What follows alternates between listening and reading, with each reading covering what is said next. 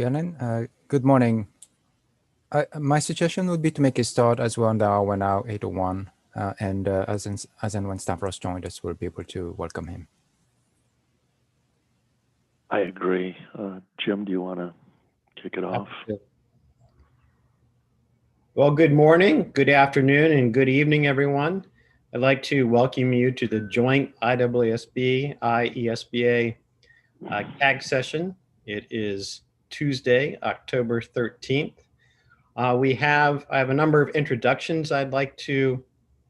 First, I'd like to welcome the IAASB and IESBA members, Dr. Stavros Tomadakis, who is the IAASBA chair, Tom Seidenstein, who is the IAASB chair, Richard Fleck, who is the IASBA deputy chair, Fiona Campbell, who is the IAASB deputy chair. And I'd like to welcome each of you, all the IAASB members and all the IESBA members. We're very happy to have you and appreciate your time today. We do have an official observer today, and that's Miss Megan Zietzman. We also have our PIOB observer, and that is Shigago Kashiwagi. And finally, the IAASB and IESBA staff, which includes James Gunn, Willie Botha, and Ken Song. So we have a full house, and I'm going to turn it over to Galen.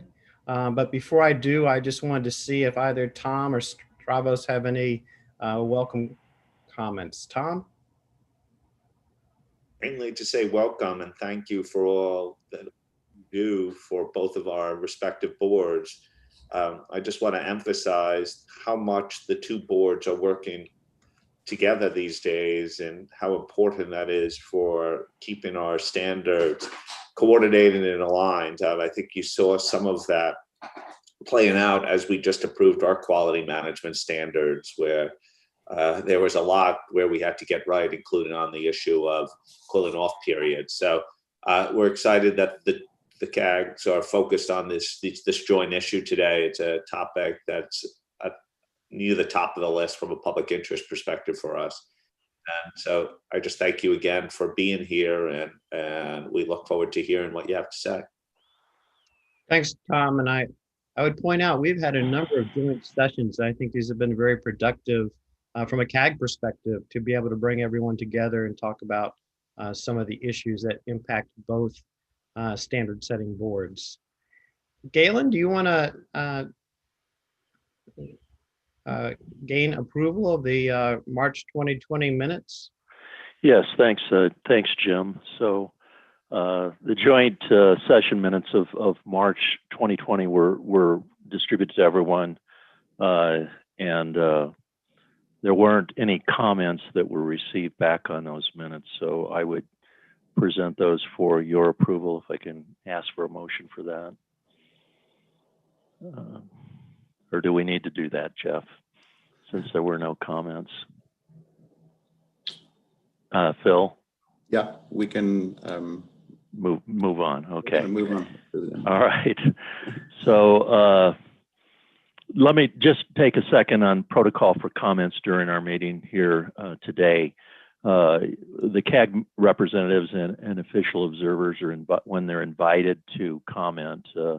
These are the kind of protocols that we would ask for. If possible, please activate your camera, but mute your microphone when you're during the entire discussion, unless you're called upon to speak.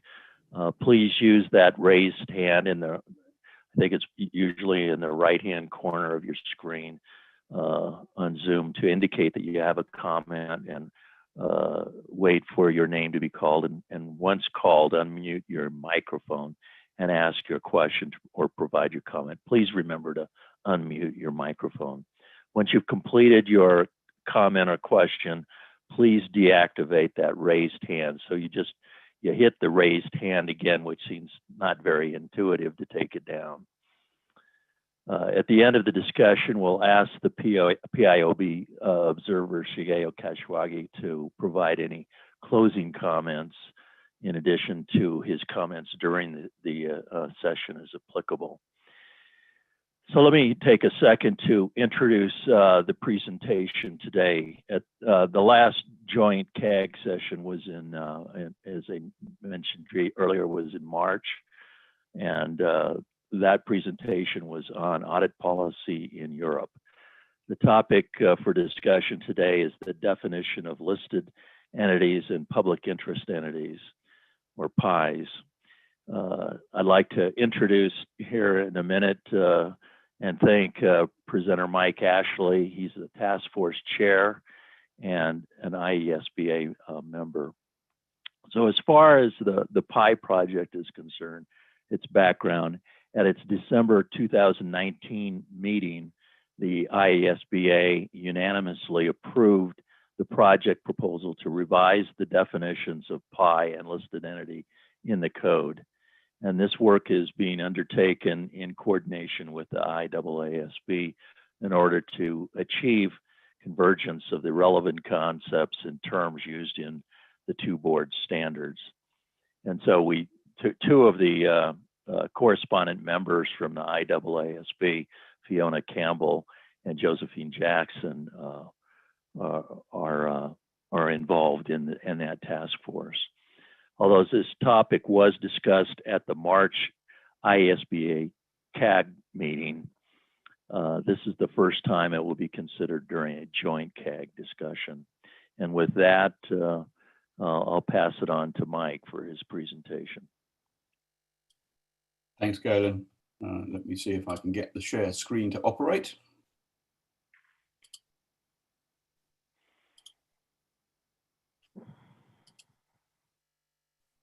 Hopefully people can see that. Yes. Excellent. Okay.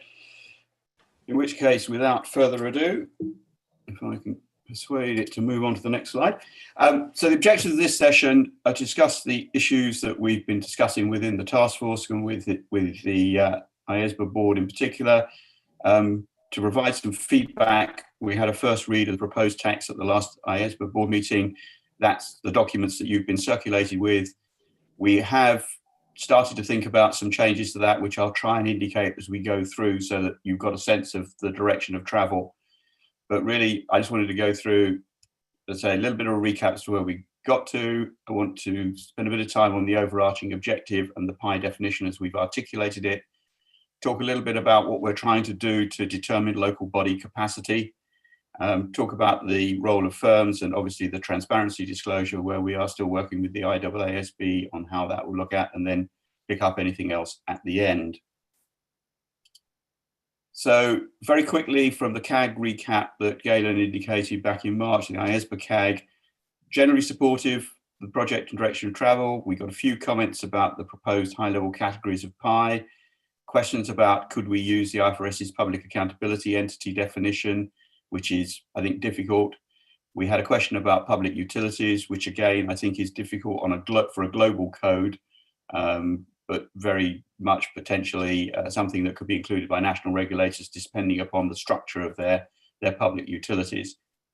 A lot of comments and queries relating to the role of firms, which I hope we've addressed. Some concerns about the suggestion of changing the term from PIE to SPI, so we abandoned that one. And obviously the PIOB reiterated how keen they are to ensure convergence and a common position between IASBA and IAASB on the PIE definition to the extent that we can manage that. Since March, we've had a number of stakeholder discussions. We had obviously the IAASB meeting. We participated in that. There was an IFIR meeting. We've done a Forum of Firms meeting and a questionnaire, and we're following that up again with Forum of Firms. And we had the Joint National Standard Setters meeting, and we've had some meetings with member organizations of IFAC. And we also had the NAS exposure draft, where you may recall that there was a specific question raised within the NAS exposure draft about the direction of travel of this project, basically sharing views on what we might or might not pick up on it. We got 17 no comments. Of the comments we did get, 42 were basically supportive, 7 were not very supportive. I don't think there were, I would sum it up, there were no significant issues raised by the respondents that we have not already taken into account and discussed. The IAASB PI session, which was very helpful. So thank you for the opportunity from the IAASB to discuss that. I think there was general support for trying to share an overarching objective. There was not complete necessarily buy-in at this stage of the game. I think they wanted to reflect further on exactly how that objective was expressed, but nonetheless, an understanding that actually if we could achieve it, there would be advantages in that. There was support in principle, potentially for replacing within the IAASB standards listed entity with PI. But again, a need really consider that on a case-by-case basis to make sure that it worked in all cases. And that's important because we are, as you'll see later, proposing to get rid of the term listed entity from the IAASB standards. We're still talking about what we're going to replace it with, and it may not be PI, it may be a subset of PIs, but nonetheless, we are looking to get rid of the term listed entity. I think there was also general support for the proposed list that we had of PIs. Similar concerns that have been expressed by the IAASB board and others about the local body capacity to actually take what we have come up with as a high-level definition and refine that to fit local circumstances. And again, we've done some more work, which I'll talk about in a minute, about what we tried to do to at least mitigate that risk. There were some mixed views, I think it's fair to say, about what we were suggesting in terms of transparency about disclosure, because we were suggesting in the audit report that obviously would require a change to the ISAs. So that is a matter which I think is still requires discussion. Given that we are potentially, I suppose the best way of expressing it is muddying the waters a little bit about what is and is not a PI, because it will depend to some extent on local definitions. I'm still quite keen that somewhere or other people do have an understanding of whether something has been treated as a PI, and this strikes me as a place to put it, but we can obviously continue to discuss that area. Just to remind you how we've done this, we wanted to set an overarching objective for additional requirements. A, to inform the approach that we took, B, to test the proposals against that, and when approved, to inform how local bodies and firms would then apply it. And in essence, the way we've tried to articulate the overarching objective is there are certain entities where there is significant public interest in their financial condition. Therefore, the public confidence in those financial statements is important. Confidence in their audits will in turn enhance public confidence in those financial statements. And these requirements will enhance confidence in those audits. And then it flows back up the chain. So that, if you like, was how we tried to articulate what the purpose of all this was, on the basis of coming up with a PI definition just for the sake of coming up with a PI definition is not very valuable unless you know what you're intending to do. So I think it's fair to say that IAASB, in its June meeting, had general support. There were some queries about should we be doing something about ESG reporting requirements, which I think there's a general sense that the answer to that is no, not at this stage, because that is still an evolving science in of itself and doesn't directly impact on the financial statements at the moment. It's a separate piece of reporting. There were questions about market operators and stock and commodity exchanges, entities subject to financial and prudential regulation, and questioning about a proposed factor relating to systemic. So some of those we dealt with, some of them we have taken a very conscious decision that we are not going to specifically address. At the IAASB meeting, as I said, there was general support for a common overarching objective, in principle support for potentially replacing listed entity, and queries about what not wanting, I say queries, I suppose not wanting to give a perception there are two tiers of audit quality, which was not what we were trying to do. Some question about what was meant by financial condition. We've kept that phrase because we do think it is reasonably clear in the context in which we're expressing it. And some question about whether the IAASB might need some minor differences in how they express that objective. Hopefully, we have tried to address. I was questioned at the IAASB board, particularly on this overarching objective, that there was no direct reference to independence. My rationale for that was to say, well, I hoped if I didn't refer to independence, it would increase the odds of the IAASB also supporting actually adopting the overarching objective, because it wasn't tied to independence, it was tied to improving confidence in audits generally. And there are several aspects of that, some of which are firmly within the IAASB's remit. So in terms of what we have done since we had the conversation with the IAASB, and which we presented to the IASBA board, we have, as I said, retained the term financial condition. We haven't made any changes re ESG. In terms of financial and prudential regulatory supervision, we have included a bullet in that, which I'm not sure will pick up a great deal that isn't picked up by the first bullet, but I think does make it very clear that it is one of the aspects we'd be looking at. And we were very keen, again, because we're trying to tie this all back into financial statements, to indicate that the purpose of the regulatory supervision should be designed to provide confidence in the entity meeting its financial obligations, because obviously you can have regulation for all sorts of purposes, which may have nothing to do either with the financial statements or the work of the auditor. We also tried to, in bullet 4, we've picked up this concept of whether something is easily replaceable in the event of financial failure. So I think that does address, in some markets, public utility companies, for example. In some, they are very easy. I mean, the UK, for example, I think I've been through 2 electricity suppliers in the last 3 years, because the market is fiercely competitive. They all try and undercut each other, and as a consequence, they go bust with regularity, but then it just gets passed on to the next supplier, because they are merely acting as a conduit, if you like, between the electricity generator and the end customer. So replacing them is very easy. So they're not really public interest entities in that sense. And we have retained bullet 6 as a factor for consideration in terms of the systemic impact. Sorry, move on. In 400.9, we removed the term additional, which was partly to try and not to give the impression, if you like, there were 2 tiers of audit quality. So we felt it was helpful just to say the purpose of these requirements and application material. We didn't feel, however, that there were any other changes needed to reflect differences in how the overarching objectives should be expressed in the 2 board standards, although we would welcome the IAASB's comments on that the next time they have a chance to consider this. And we are also obviously going to be liaising with the IAASB representatives on replacing the term PI. And at that stage, I was just going to pause and ask for views from CAG members about both the overarching objective and the proposed paragraphs 400.8 and 400.9.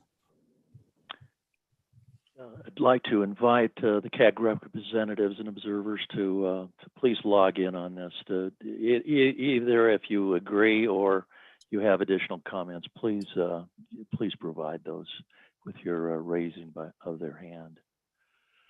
Galen, if I may just add, Stavros has joined us now. Stavros, welcome. Okay.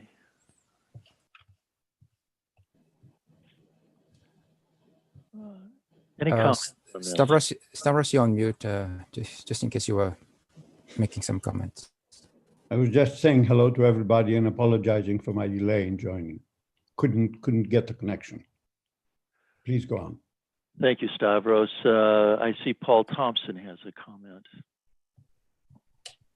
Thank you, Galen. Just a simple statement of support for the proposals. Thank you, Paul. I'll certainly bank that one. Might I say, Michael, on this notion of public utilities, which I raised early in the process, I agree with where you've gone with that. I've kind of come full circle. I think many of the larger utilities, and I really can only speak to the country that I'm from, but they tend to be publicly held in most cases, and the ones that are not publicly held tend to be pretty small, and therefore I think more likely to be replaced if there were some sort of financial issue. So I have to say that I would support where you've gone with this.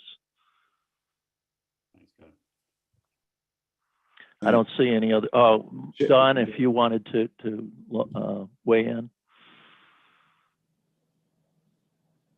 Don McGreeshy, are you on mute? Yeah, sorry, I was just trying to unmute. Yeah, just a quick one for me. The SMP AG likewise supports it. Thank you, Don. And Naomi Robert?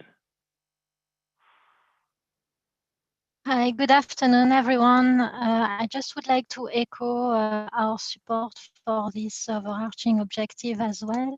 If you could just go back to the paragraphs we are just discussing with the R400.8, where I think we refer to the size of the entity.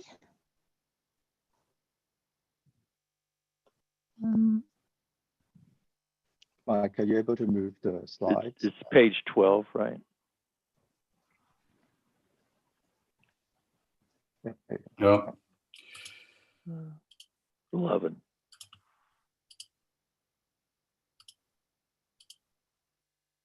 There you are. Yes, we refer to the factor, one of the factors being the size of the entity, and I was just wondering if this was a good factor at international level. But otherwise, overly supportive of these objectives. I mean, if I just respond to that very quickly, I mean, I think as we try to indicate later, size will clearly be dictated to some extent by the market in which people are operating. So we might expect local regulators to take a different view on where they have cutoffs, for example. So to that extent, I think it's a factor at a global level, but I would hesitate to just say where I would draw lines. Thank you, Naomi and Mike. So Jim Dawkin has a comment. Thank you, and Mike, I think from my perspective, I support the direction of where this is going, particularly for something like the public utilities. I don't think you can draw the bright lines. So I think having the parameters that you have in here are more effective than including a certain industry group or not. So I like where this is headed. Conchita? I support the what has been presented from the point of view of the representation of the organization I am with. Thank you. Thank you, Conchita. I don't see any other hands, Mike. So you wanted to move forward? Okay. So following on from that, you may recall we looked at the basic approach that we would adopt if you take that overarching objective and said we would look at a broad approach, which was a somewhat longer and more broadly defined list than we have had historically, but which we would fully anticipate local regulators and authorities would modify by tightening definitions, potentially setting size criteria, and potentially adding or exempting particular types of entities. And the example I always give there, and if you look particularly, for example, at the EU directives, whilst credit institutions as a generality are included, then small credit unions are deliberately excluded. So it's that sort of nuance that I think is almost impossible to define at a global level and requires local authorities to determine what is appropriate, taking into account the various public policy aspects within their jurisdiction. So the role of the code, we said, would be to set a list of common PI categories. We would expect local bodies to refine that list as appropriate. And lastly, we did think that it was appropriate for the firm to have a role to determine whether there were some particular circumstances which actually they ought to be adding to the list. So you may recall that our starting point for our list of PI categories was this. So it had basically 5 categories plus the sweep all at the end, which is any entity which a law or regulation actually specified was PI. I think fair to say both boards were supportive of the rationale we had for developing that list, which was effectively to include categories that we thought were likely to be adopted by most jurisdictions, but not to include categories that would only be included, if you like, by a minority. We included categories if the criteria for excluding them would be largely because they were very small. Equally, however, we have not attempted to include categories that would only be included just because they happen to be very large. And the typical example there is, for example, in the UK, they have recently decided that they wish to include some of the very large privately owned companies within the category of PI. That is because they play a particular role within the UK marketplace and UK employment, and therefore that is the view that has been taken in that country. I'm not sure how many other countries would want to adopt that, but we have clearly not included in here large private entities as a category within here, because to say if the criteria is really only that they are very large, I think it's almost impossible to make that workable in a global context. In terms of some of the comments that we got, we had some comments about whether we're being slightly archaic in talking about share stock and debts, and we have modified that slightly.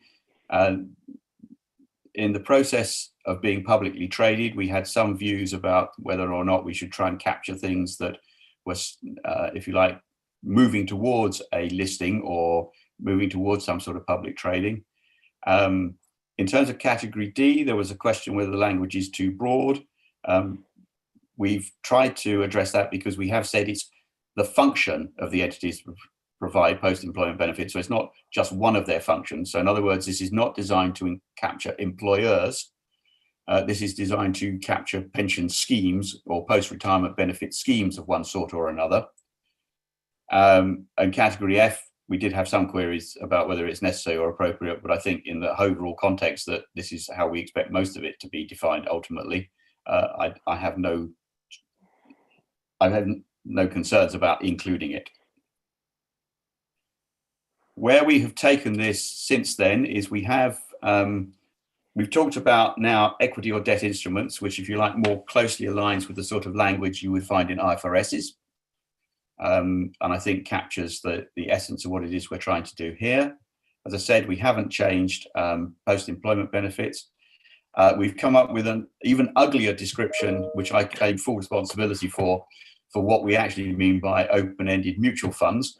If somebody's got we have given some thought to that, and I think we've got a slightly better one now, but if anyone's got pearls of wisdom to cast in this particular direction about how do you define a mutual fund, which is called a unit trust in some places, mutual funds in other places, we tried to avoid using, if you like, particular country descriptions. So that's why we ended up with that.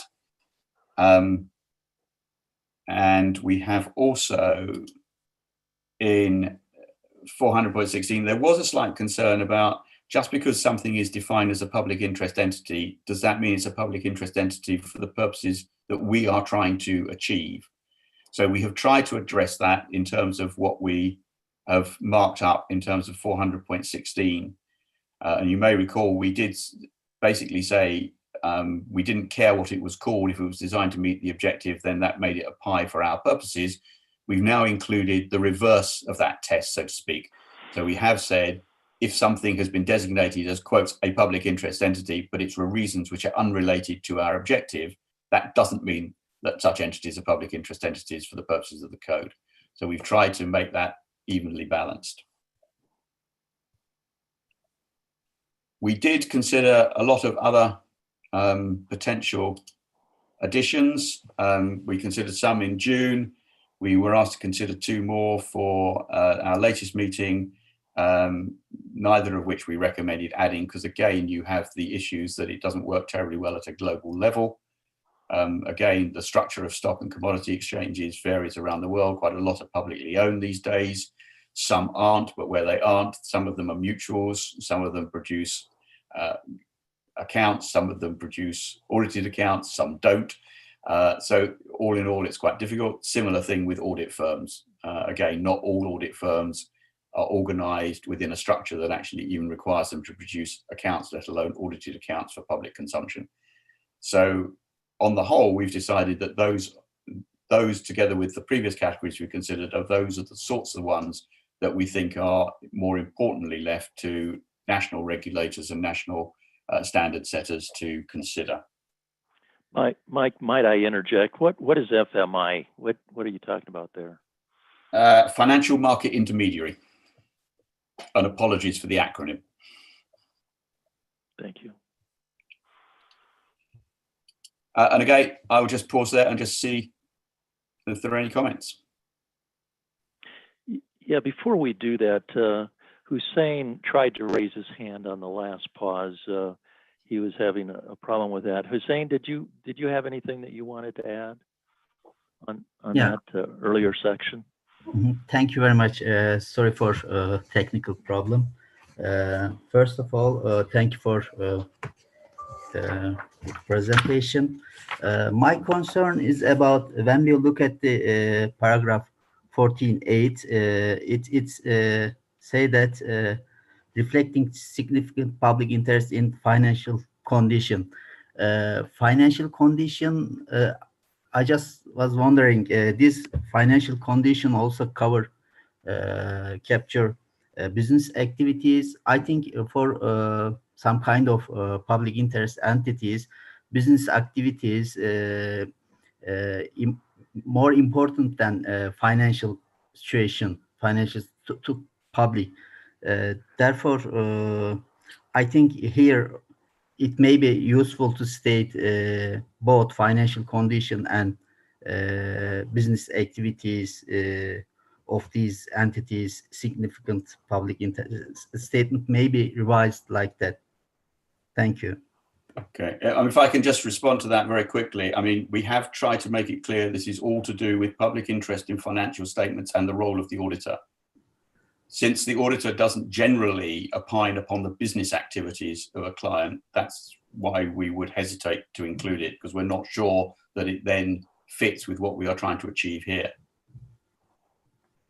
There may well be public interest in business activities, but we don't feel that the public interest in those business activities makes it something which requires separate independence or audit quality control requirements to enhance confidence in the audit. Thank you. We okay with that, Hussein? Yeah, okay. So let's move back then into this section that was just covered. Hassan Salah has a comment. Okay, good afternoon, everybody. And thank you, Mike, for the presentation. With regarding to this question, we as EFAA, of course, agree with the expanded list of classification of public interest entities. But my concern is about the point F, which is an entity specified as such by law or regulation. Of course, when it comes to the other points, when it comes to 416, is clearly stated that, however, if law or regulation designates entities as PAI for reason unrelated to the objective set in paragraph 400.9, that designation does not mean that such entities are public interest entities for the purpose of the code. I am concerned because, of course, for example, in our jurisdiction, the government has decided to extend, without taking into consideration all the requirements, why those entities should be public interest entities. And in some cases, this is done for some other than code purpose. For example, how to increase the financial means of the Public Oversight Board. And I wanted that point, from that point of view, to be much more clear. And in case that there is any, how to say, idea rather than the objective for this classification, not to be considered when it comes to auditing financial statements based on ISAS. Thank you.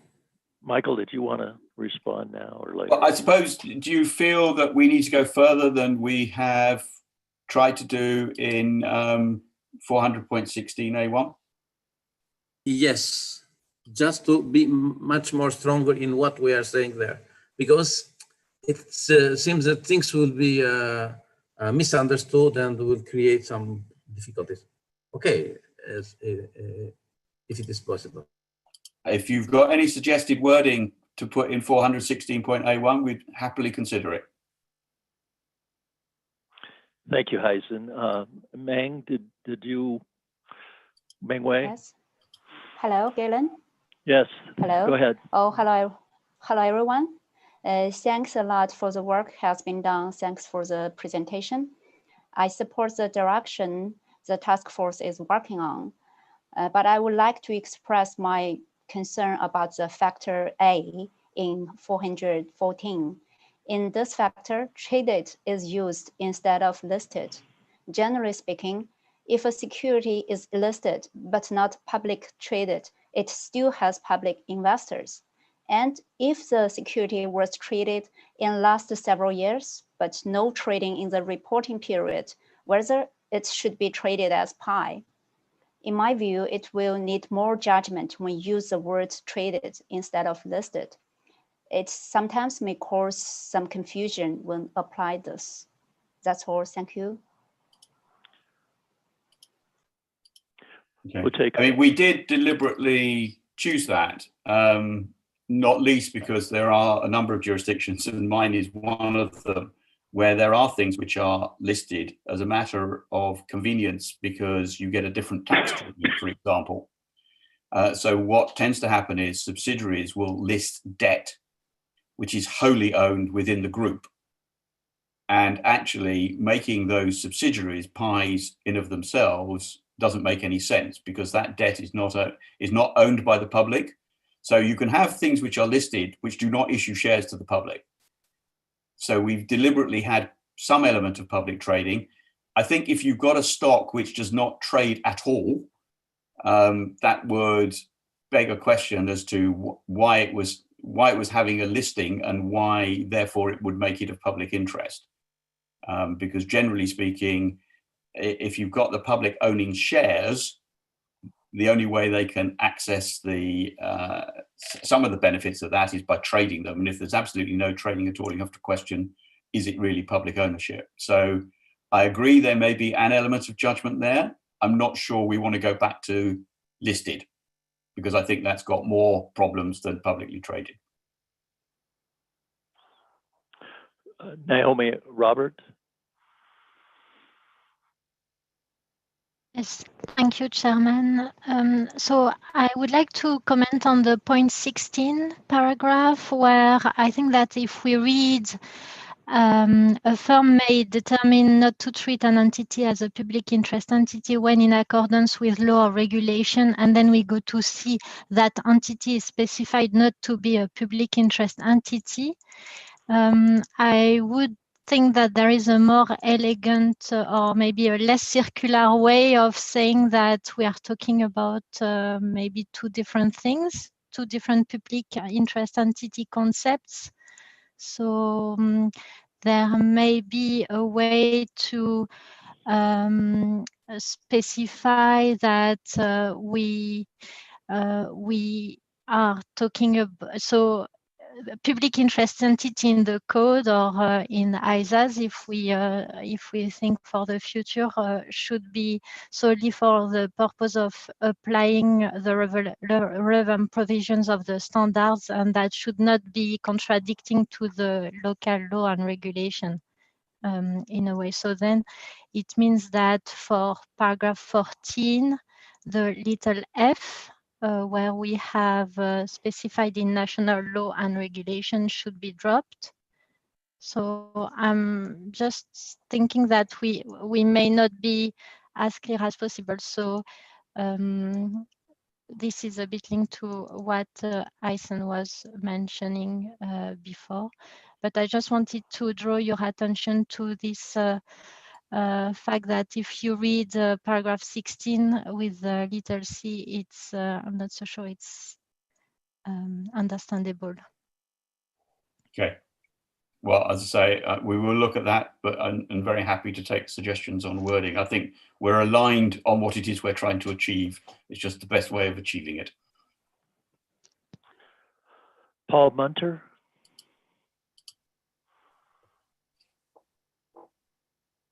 Thanks, Galen. Mike, thanks for the presentation. I was just curious about the thinking, this on slide 18, where one of the categories you decided not to consider is custodians. So I was thinking about brokers, trusts, things like that. And I was curious as to what the reasoning was.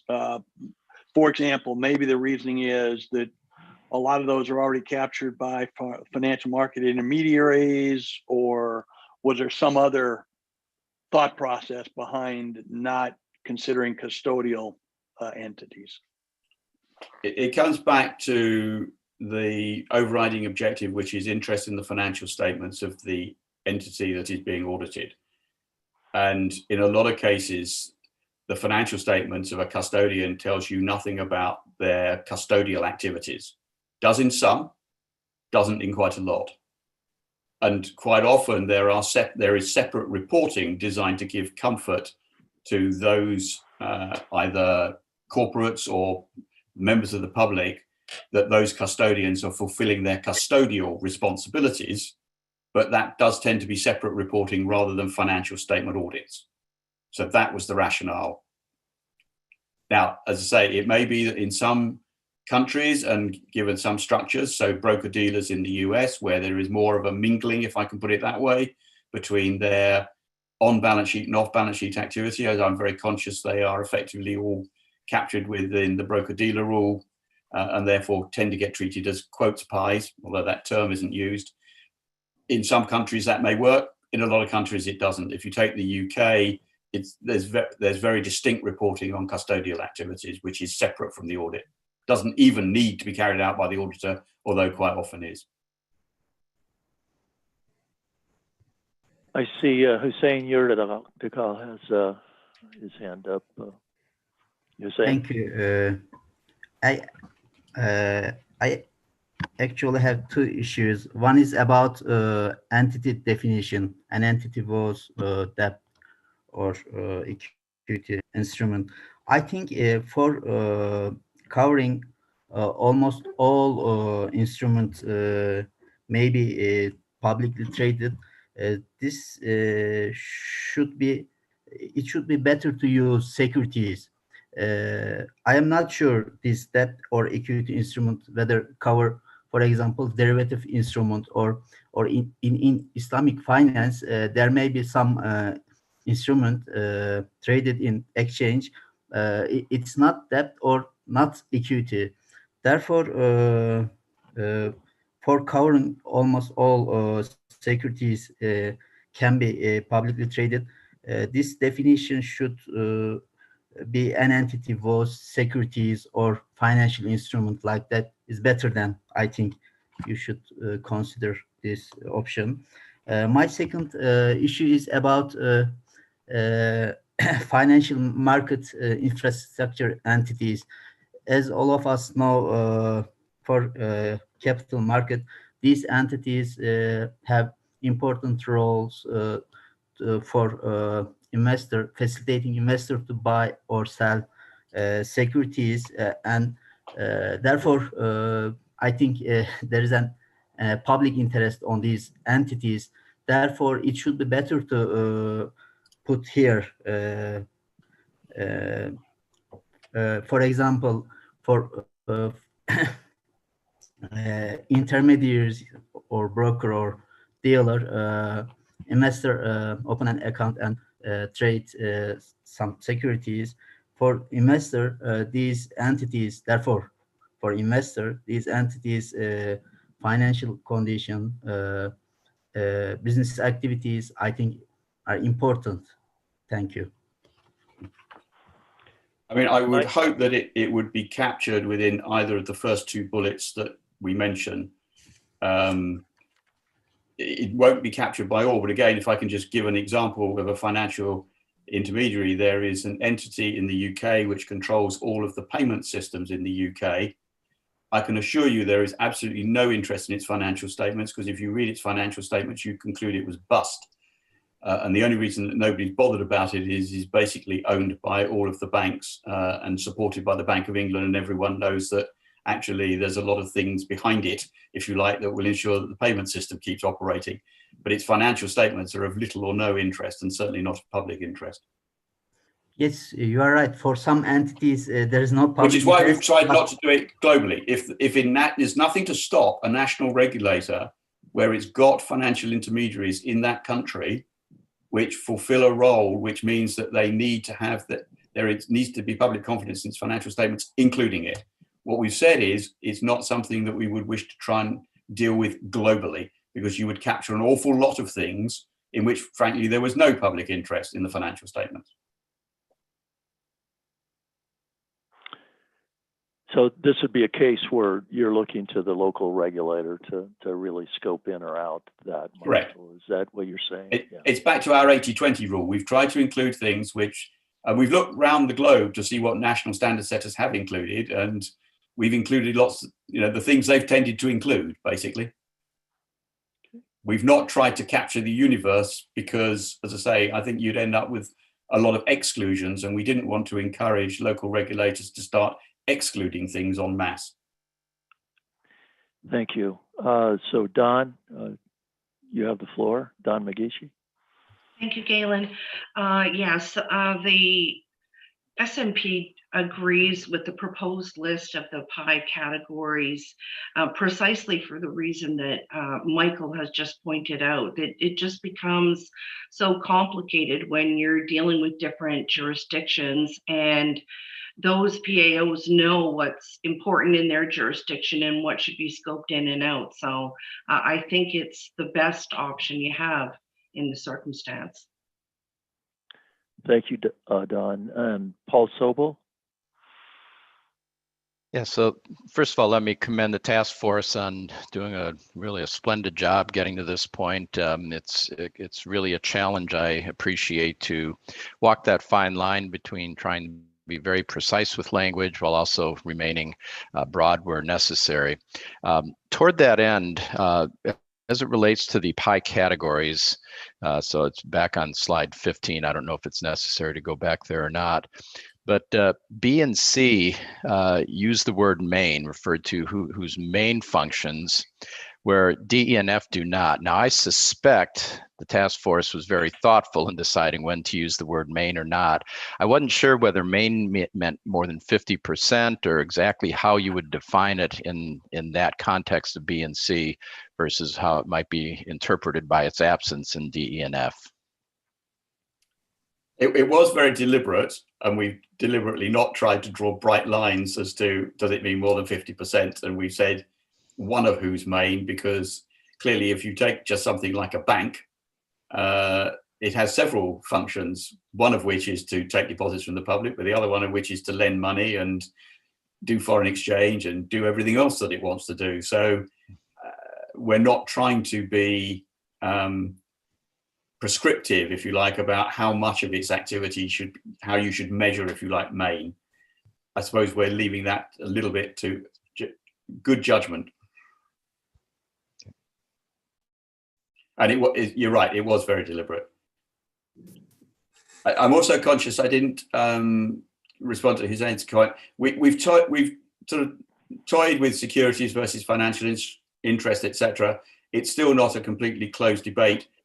Nobody has yet managed to tell me, though, what I would include if I included securities that I wouldn't include if I include financial interest. So again, if you have examples of what would be captured by one rather than the other, we're more than happy to look at it. But I haven't had a good explanation as yet as to what would be included that we're currently excluding. Conchita. Conchita, the floor is yours. You had a comment, or was that from the last? Use your hand still up. I appreciate the work done by the task force, but I would like to complement the earlier comment of Meng Wei. Just to say that item 8, an entity whose shares, stocks, or debts are publicly traded. I'd like to further the explanation by saying when a listed company decided to delist, there is supposed to be some provisions in some jurisdictions that tender offers may be made to small investors. But oftentimes those investors, or the majority of them, do not take on the tender offer due probably to the time limit or whatever, or availability of the information on a timely manner. So in effect, there is a continuing obligation to what used to be the public referred to when it was listed. But once delisted, what will happen to them? I know it's very difficult to make the categories all-inclusive, but just a thought to complement what Meng Wei said. And indeed, it happens that listed companies may delist, and therefore they may not be included here. But there is still continuing public investment in that delisted entity. Often enough, they are referred to collectively as minority interest. Now, how do we take care of the minority interest? And I compliment the inclusion of entities specified as such by the law or regulation of the particular jurisdiction. That's all. Thank you. Thank you, Conchita. We have one more person, Daniel Pavas, as a comment.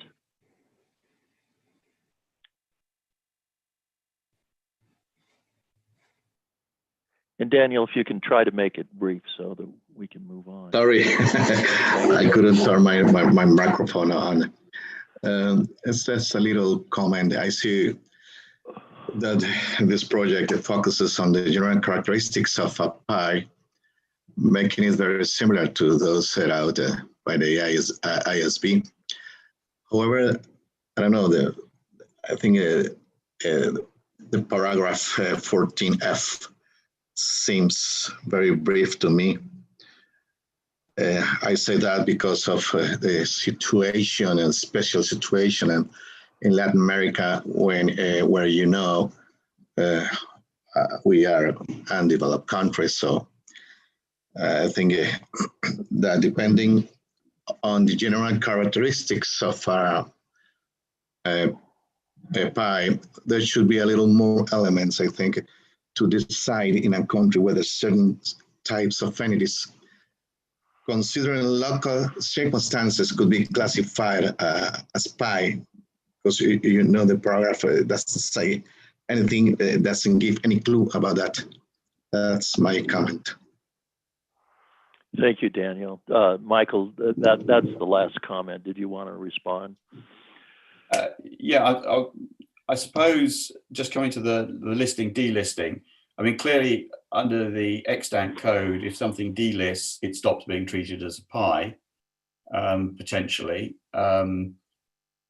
The view we took was that similarly, if it ceases to, the securities cease to be publicly traded, and I would emphasize that we're talking about publicly traded, not traded by the public. So in other words, it does imply that there is some mechanism, doesn't need to be a stock exchange mechanism, but there is some mechanism for facilitating trade between shareholders or between shareholders and other members of the public. So an example would be, as I think they're called pink sheets in the US, where that facility is made available by a broker or some other sponsor. but it is not as far as a listing. We do think those are pies. If you have a company where clearly shareholders may choose to sell their shares, and they sell them privately, if I can put it like that, in the sense that they got to go out and find a buyer, there isn't a facilitated marketplace for them, those we're saying we would not treat as pies. But if they are publicly traded, there is some public trading venue or avenue open to them, then that's what we would do. And similarly, if something then delists, in the example that was given, it would depend upon, if you like, what facility was made available to those minorities to continue to trade their shares, as to whether we would now capture it or not.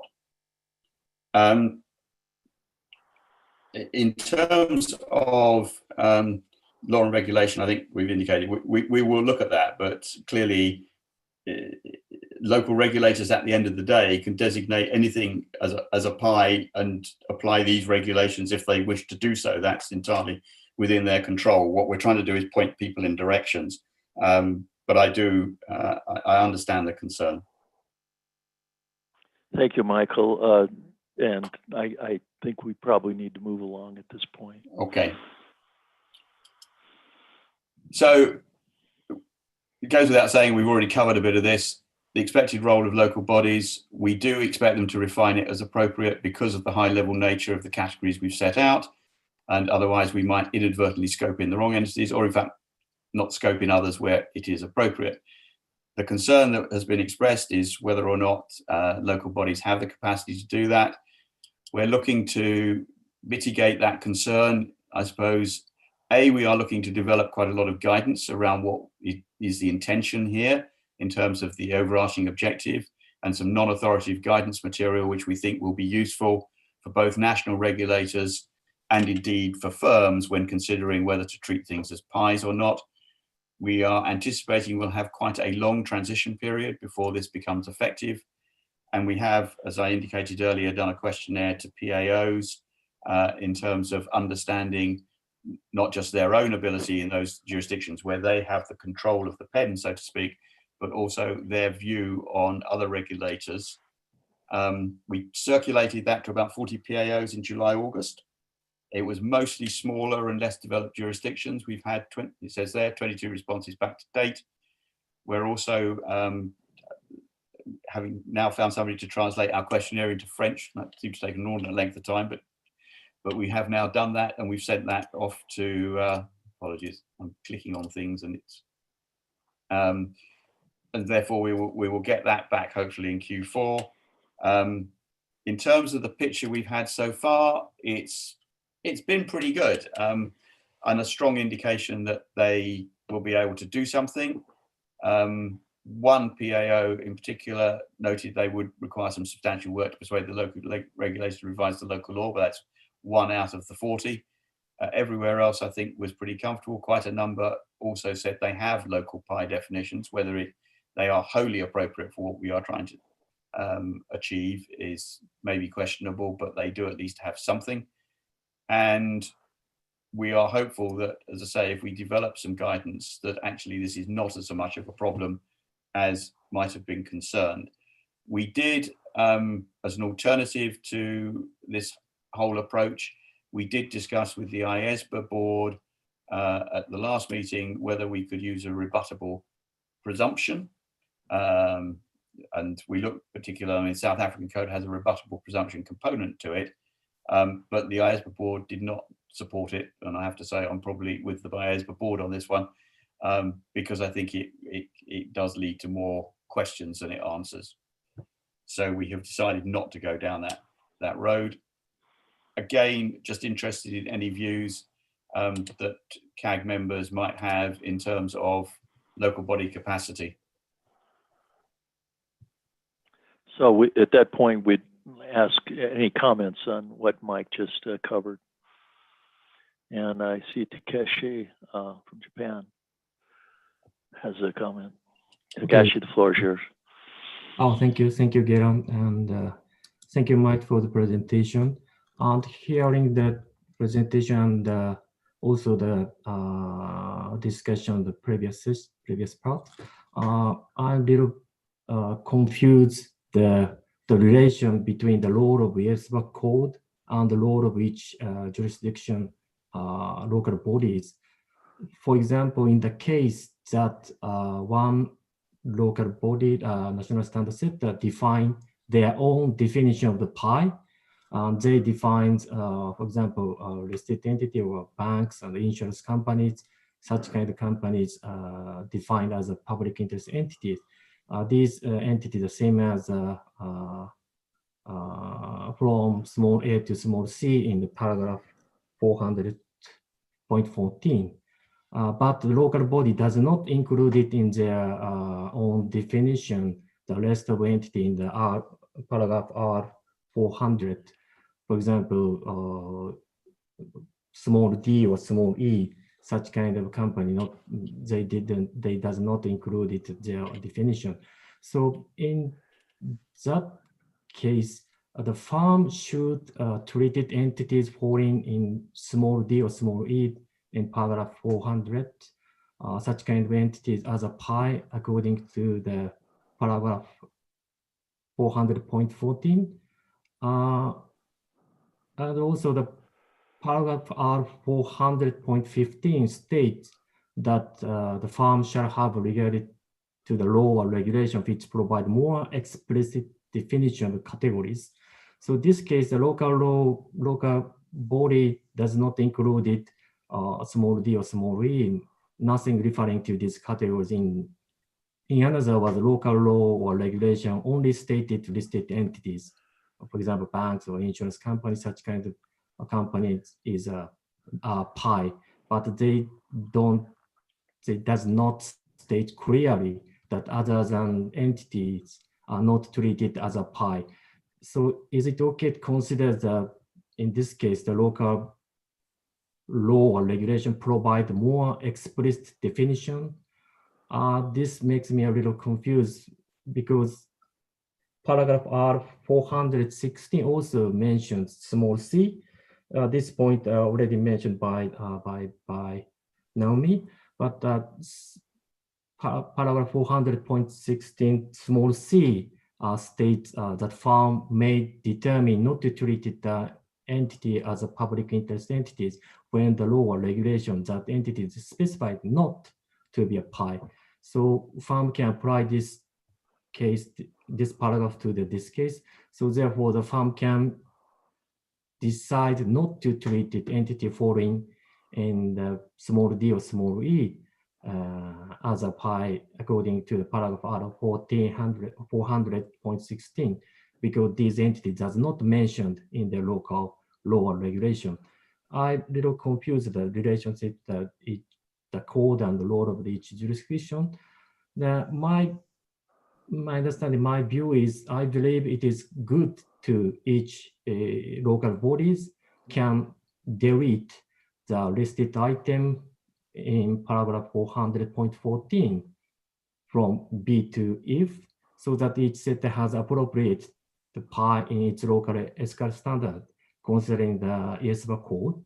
And also in addition, it might be also good that more straight description in the code.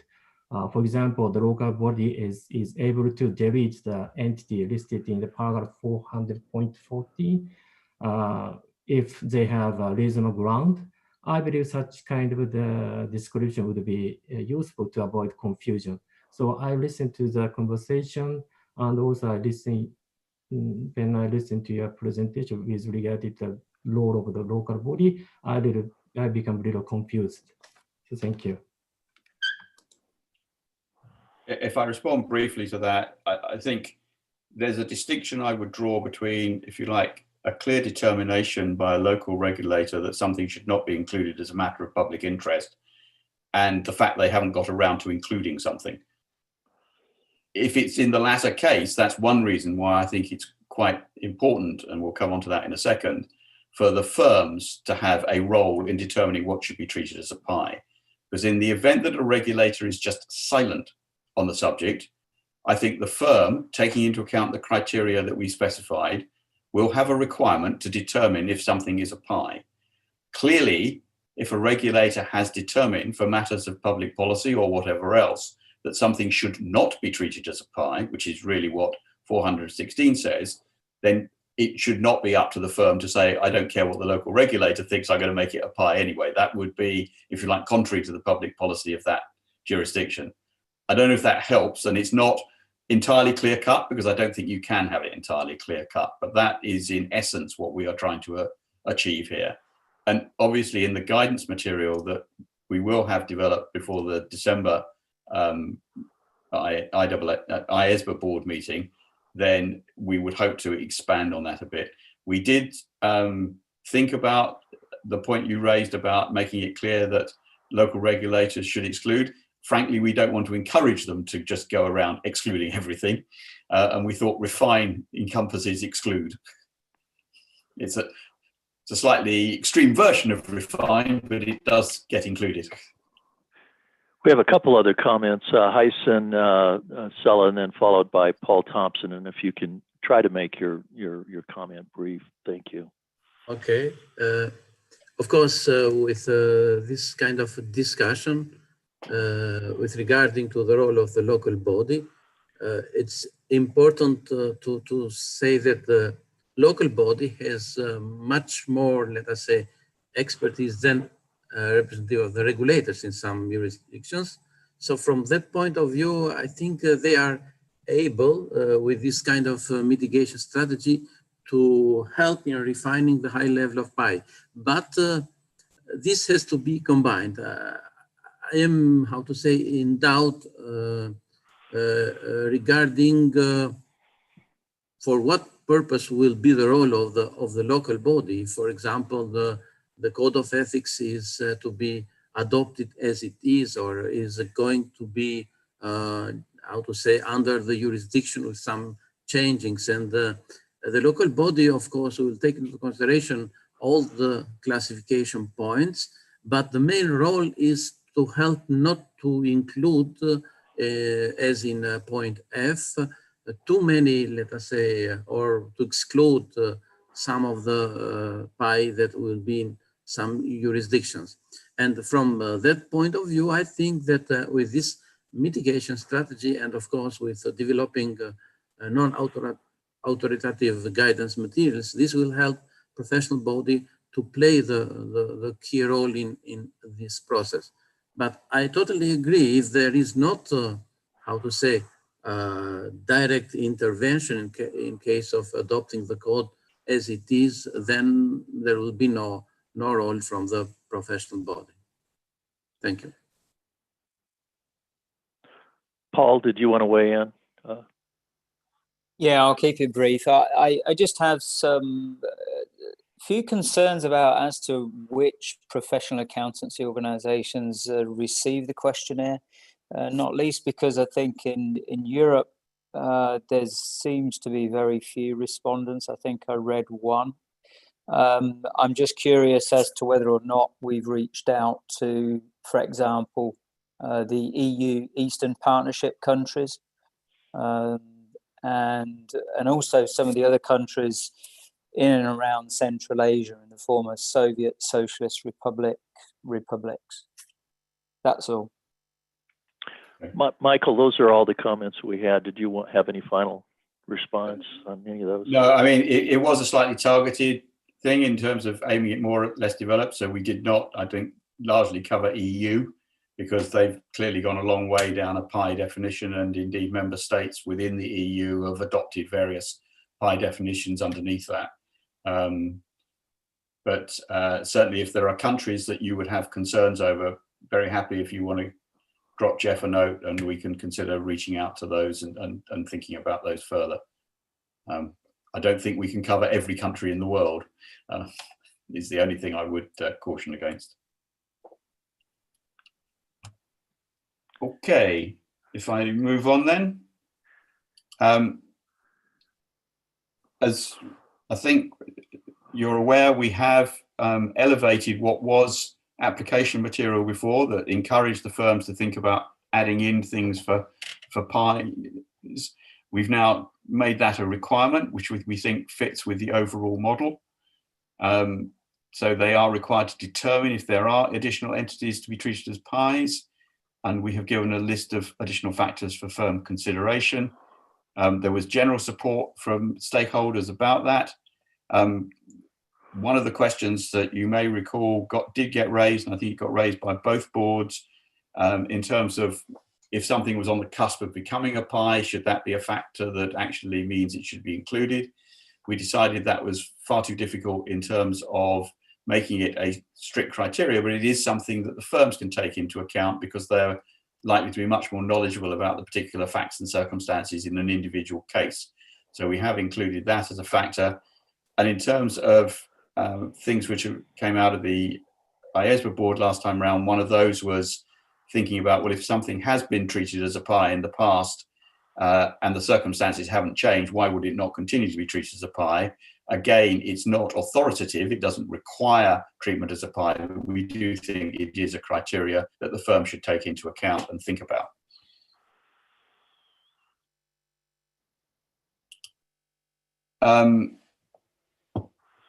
The last bit we've got in terms of the role of the firms is obviously this question about transparency disclosure. And suffice it to say, I think we are still in discussion with the IAASB about that. I'm still quite keen that we try and get there if we can. I think the IAASB meeting next time round is going to be presented by three options, which vary from the don't do anything to change something and bits in between. So we'll obviously see how that discussion goes. But it will be interesting to see where that ends up. Again, I'll just pause very briefly for any comments on the additional factors and any comments about disclosure or otherwise in the audit report and the options that that have been put together for IAASB's consideration. Michael, I'll weigh in on this one. I'll take privilege of doing that. So, I mean, historically, auditors have reported on a true and fair value, or however you want to phrase that, depending on your jurisdiction, on financial condition and results of operation. And so it seems now that we're stepping up that to add a third category, and then that would be whether the entity deserves to be treated as a public interest entity. So it seems implicitly or explicitly there's that additional conclusion. So that's a pretty important step, I believe, for the profession. I suppose I'd describe it slightly differently. We're not asking them to opine on whether it should be. We're asking them to say simply whether it has or has not. Okay. Just so that people are then aware, well, if it has, then we can presume that these requirements that the code sets out for what you have to do in those circumstances, either in the IAASB code or in the IAASB code, hopefully, that those provisions will have been applied. That's all we're trying to indicate to a reader of the accounts. They know, if you like, what regime has been applied in terms of conducting that audit and meeting the independence requirements. Okay, so we're not opining on the existence of a pie. We're just telling the public how we've treated the entity. Correct. Yeah. Any other comments? Just so there's no confusion about, as I say, which set of requirements have been followed. All right. Any others? I don't see any hands here, Mike. So if you wanted to, Takeshi just raised his hand. So Takeshi.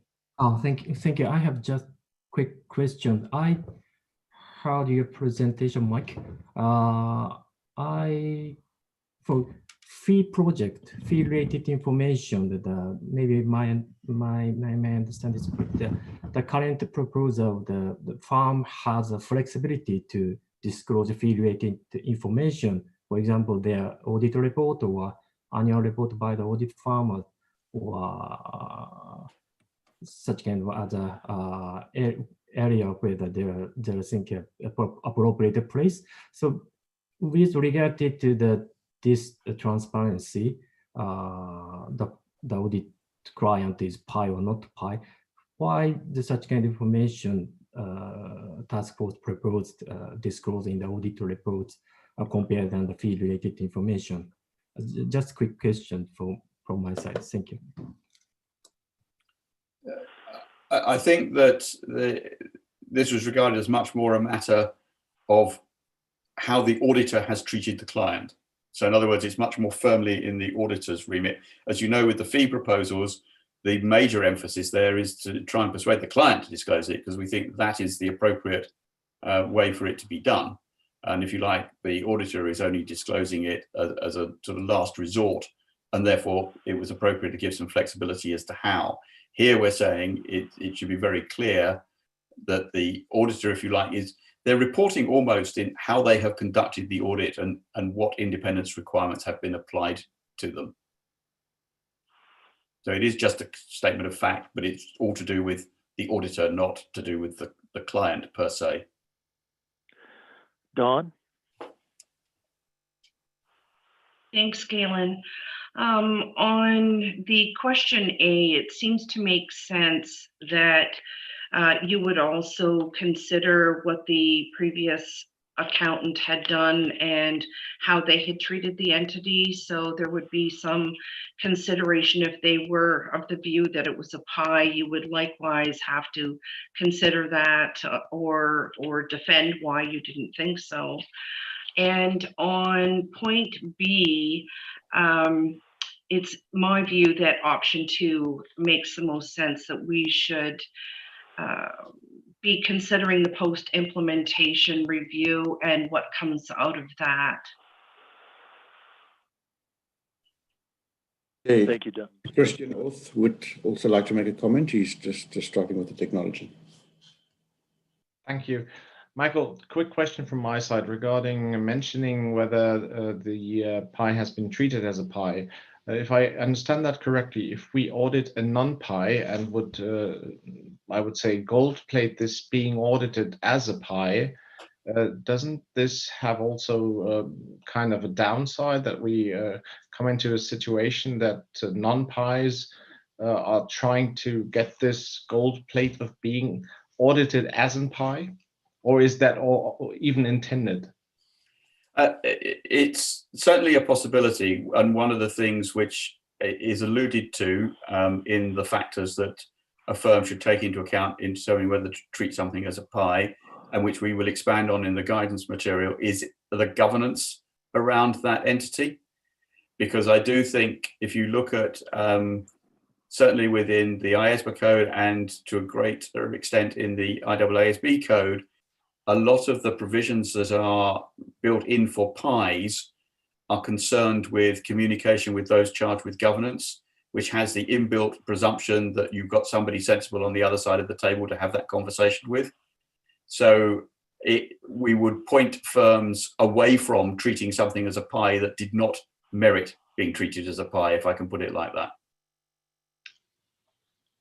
If I may, sorry for not being able to raise the hand, but this would be very interesting, especially with respect to those non-pies that are growing rapidly and are trying to go public or become a pie without having the correct structure in place. So I think this is, of course, something very interesting. So thank you for the comment. Okay. Yeah, and certainly we would see it as a mechanism by which the auditor could encourage, if you like, appropriate governance, because the response would be, well, if you want to be treated as a pie, then start acting like one, and then we'll think about treating you as one. Michael, I don't see any other remarks here. Other hands raised. Okay, just very quickly then on other matters, there were 3 things I wanted to go through very quickly. One's on related entity, one's on effective date, and then just cover off next steps. Related entity, there is only one place where, in effect, we use the term listed entity audit client in terms of separating it out from pies, which is in R400.20, which is where we define the audit client within the IAASB code to include upstream and sister entities if you are a listed entity, but we don't do it for anything else. When the task force looked at this, given that we are seriously considering getting rid of the term listed entity from the revised definition, that does leave us a problem as to what we do here. when we looked at it, we decided that philosophically, there was no good philosophical reason for not extending the definition of audit client, which applies to listed entities, to all public interest entities. However, there are potentially practical and pragmatic reasons why that would be difficult. And if you look at the consideration that was given to this question when this definition was first arrived at some years ago, it seemed much more to do with the structure that surrounded certain entities rather than actually the nature of the entity itself. So in other words, the position of sovereign wealth funds, the issue of private equity complexes, et cetera, do add to the complexities if you start extending the definition. And therefore, if you like, as I say, it's more to do with the structure that surrounds the pie rather than the nature of the pie itself, i.e. whether it's listed or whether it's caught by one of the other categories. It's just that if it is listed, it is far less likely, not totally impossible.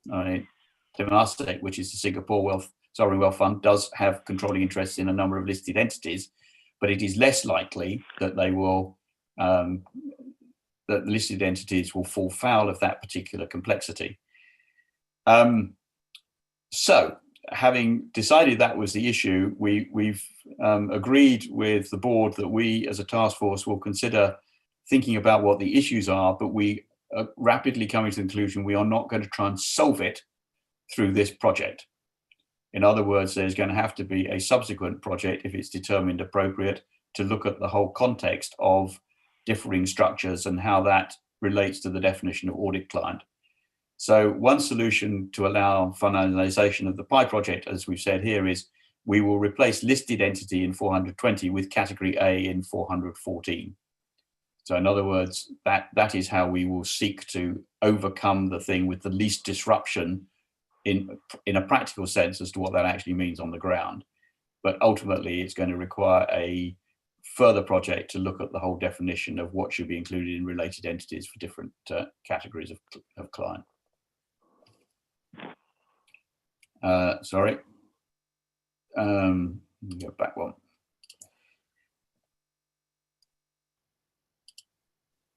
Hang on. Apologies, losing control of this. So, any views on that in terms of our practical solution to park the problem, if I can put it like that? Michael, I don't see any hands.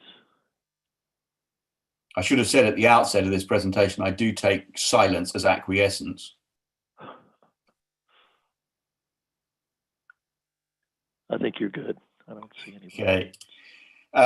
Timelines, obviously, we are looking at when we might look at the effective date. There's obviously implications for NAS and fees. I have to say my view has always been that to some extent, the NAS and the fees projects were about defining what it made sense to apply to entities of public interest. Whether you capture everything that's required to be of public interest is what this project is all about. You don't need to necessarily make the effective dates coterminous. Clearly, if you apply it to the current categories of pies, you are likely, given the direction of travel that we've gone in, to have a broader category that it then gets applied to later. It's unlikely to be a narrower category, except potentially in one or two very limited circumstances.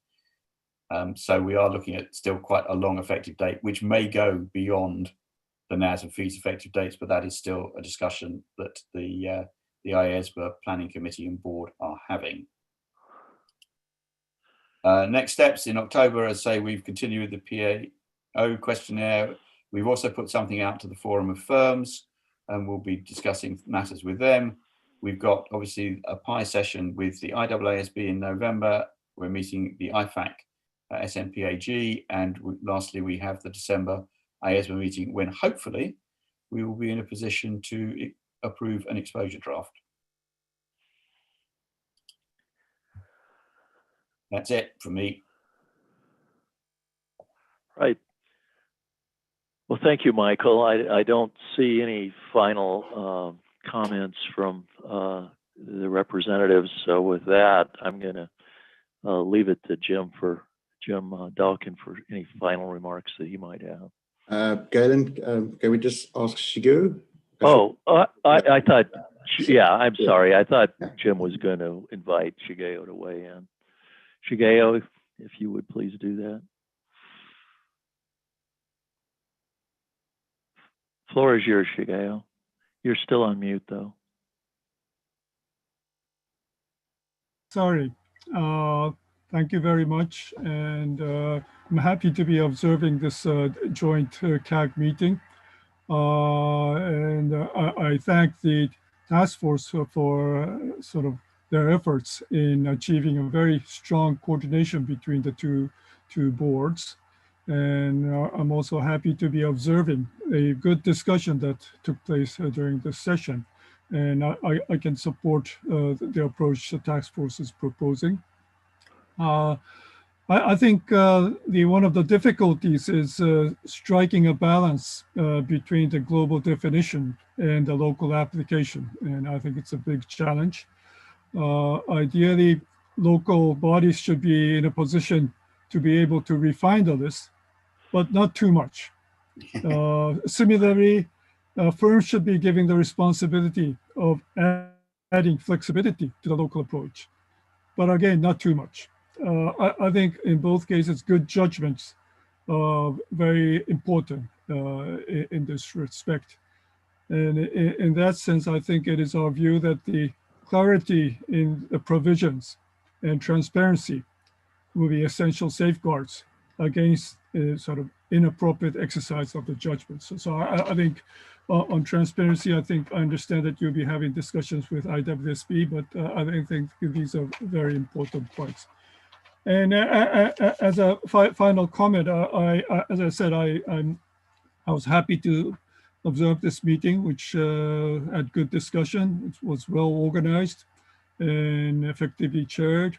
And I think various points of view were raised. So I just want to say that the PIV really appreciates this opportunity at the CAG meeting to listen to the various views from the multi-stakeholders. I think it is very important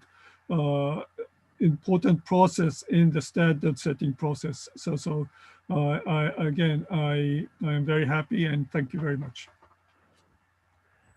Thank you, Shigeo. Yeah. Okay, Jim. I'd also like to thank Mike Ashley for his contributions. And his time. I think this is a very important joint issue for the IASBA as well as the IAASB CAGs. And so I appreciate the effort. Thank you, Shigo, for your comments from a PIOB perspective.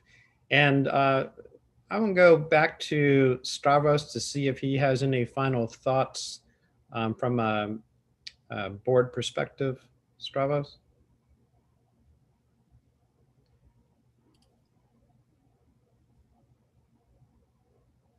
Well, there may be some. You unmute Stavros. Can you hear me now?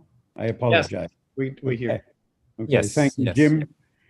And thank you, Mike, for a very good presentation. And thank you all for your good comments, including our PIOB observer. As you know, we have been quite conscious of the difficulties of this project from the very beginning. And the difficulties of the project basically have to do with global applicability, with how and whether you can make a definition of pi that's going to, on one hand, push the concept forward, and on the other hand, be applicable in a great variety of jurisdictions with a great variety of their own approaches and definitions. The discussion today gives me confidence that we are getting there. And I really appreciate the fact that the members of the CAG have understood the challenge that we're facing and have sympathized and assisted in the work we're trying to do. So thank you all very much for that. As Mike said, we're looking forward to hopefully put out an exposure draft in December. I personally think we are on a good path. And of course, lastly, The coordination with the IAASB is the other valuable leg of this project, that in effect, we're going on an enterprise that's going to hopefully finish with a common definition. So I want to thank our IAASB colleagues for all the attention they're giving to this. Thank you all very much. Thank you, Jim. Thank you, Stavros. And just a few additional announcements I did want to cover. One is there is going to be an IAASB CAG call prior to the beginning of December, and that focus is going to be on LCEs and that's less complex entities. I think that is one where there's been a lot of interest on behalf of the IAASB CAG. So look in your email for information on that. And also, I wanted to cover some of the tentative dates that we have coming up for future CAG meetings. The first one will be on March 8th through the 10th. And the IASBA CAG portion will be on March the 8th. That's tentatively, they have scheduled, I believe, for New York, depending on the pandemic situation. And then September 7th through the 8th, with the IASBA CAG being on September the 7th. I'm sorry, September 7th through the 9th. So again, back to the March and September timeframes as we typically have. And with this, I'd like to close the joint session and appreciate everyone's time and attention. I think these are very important issues to talk about jointly amongst the CAGs. We will continue at 9:45, so we will have a 15-minute break, and this will be for the IASBA session on engagement teams relative to group audits. So stay tuned here to 9:45 if you're a member of the IASBA CAG. And with that, I wish everyone a good day or good afternoon if you're signing off. We will be back in 15 minutes. Thank you. Thank you very much, Jim.